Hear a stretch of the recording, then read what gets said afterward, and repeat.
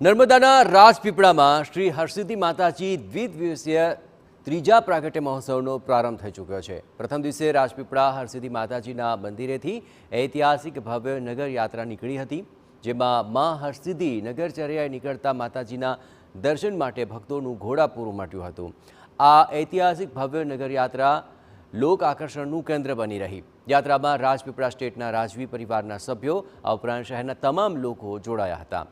નગરયાત્રામાં માતાજીનો શણગારેલો ખાસ રથ આકર્ષણનું કેન્દ્ર બની રહ્યો કે જેમાં 1657માં માતાજી રાજા વેરીશાલજી મહારાજ સાથે રાજપીપળા પધાર્યા હતા કે મૂળ સ્વરૂપનો ટેબલો આકર્ષણનું પણ કેન્દ્ર રહ્યો। આ નગરયાત્રામાં હરસિદ્ધિ માતાજીનું મંદિર, ઉજ્જૈન મંદિર, કોયલા ડુંગર સહિત વીર બેતાલની ઝાંખી વિશેષ આકર્ષણનું કેન્દ્ર રહી।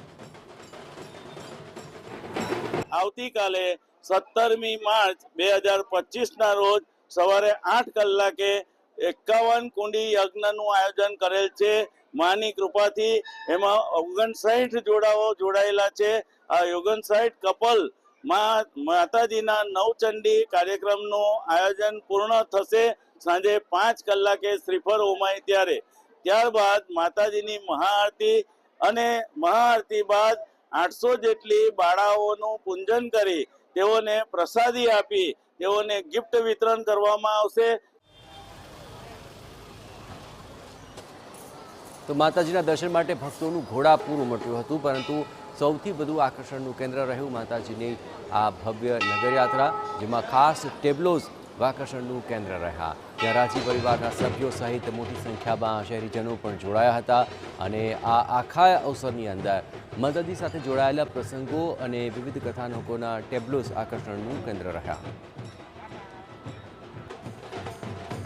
બહાર તો લેડીઝ પણ સાફા સાથે સજ્જ થઈને નાસિક ઢોલ વગાડી રહી છે અને લોકો એવા તન મન ધનથી જે ઝૂમી રહ્યા છે।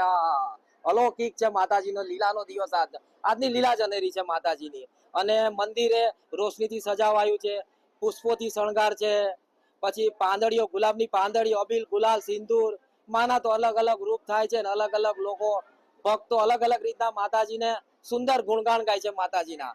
અને ડીજે વાળા એ જે રંગત રાખી છે, ઇવેન્ટ વાળા બધાએ બહુ પોતાને શક્તિ પ્રમાણે તન મન ધનથી માતાજીની સેવા કરેલી છે।